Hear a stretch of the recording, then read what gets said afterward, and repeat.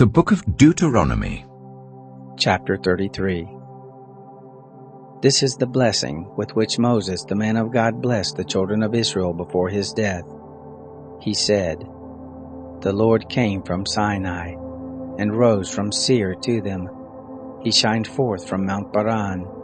He came from the 10,000s of holy ones. At his right hand was a fiery law for them. Yes, he loves the people. All his saints are in your hand. They sat down at your feet. Every one shall receive of your words. Moses commanded us a law, an inheritance for the assembly of Jacob. He was king in Jeshurun when the heads of the people were gathered, all the tribes of Israel together. Let Reuben live and not die, nor let his men be few. This is the blessing of Judah, and he said, Hear the Lord, the voice of Judah. Bring him into his people. With his hands he contended for himself. You shall be a help against his adversaries. Of Levi he said, Your Thummim and your Urim are with your godly one, whom you did prove at Massah, with whom you did strive at the waters of Meribah, who said of his father and of his mother, I have not seen him, neither did he acknowledge his brothers, nor knew he his own children, for they have observed your word and kept your covenant.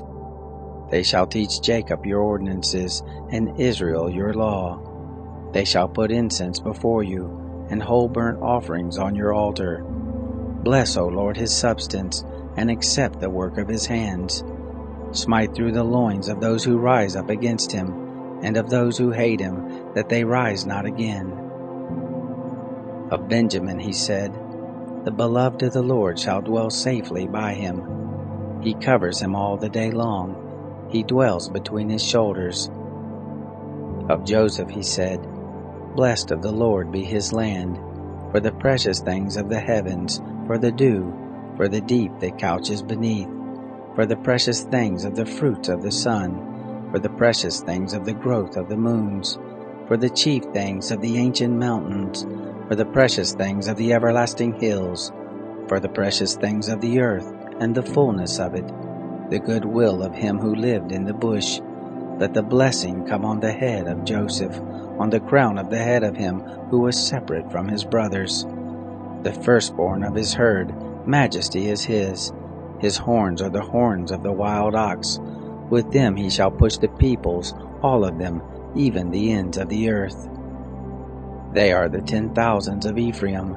They are the thousands of Manasseh.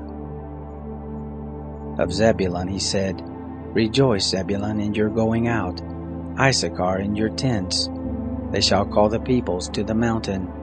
There they shall offer sacrifices of righteousness, for they shall suck the abundance of the seas, the hidden treasures of the sand.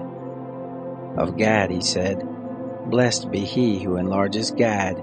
He dwells as a lioness, and tears the arm, yes, the crown of the head.